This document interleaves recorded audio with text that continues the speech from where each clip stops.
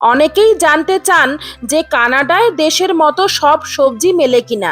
মেলে তো বটেই, তবে সবজির দামগুলো দেখলে মাঝে মাঝে হার্টবিট বেড়ে যায়।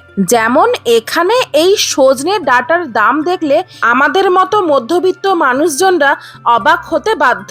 এর কারণটি তো আপনারা সামনে দেখতেই পাচ্ছেন। একটা সজনে ডাঁটার দাম এখানে $1.69, মানে যেটা ভারতীয় মূল্যে 103 টাকা।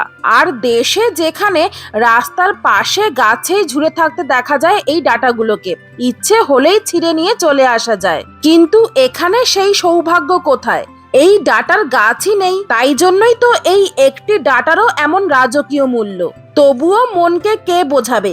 কদিন ধরেই দেখছি খুব শুক্তো খেতে ইচ্ছা করছে, আর পারফেক্ট শুক্তো রান্নার জন্য এই ডাঁটা তো লাগবেই লাগবে।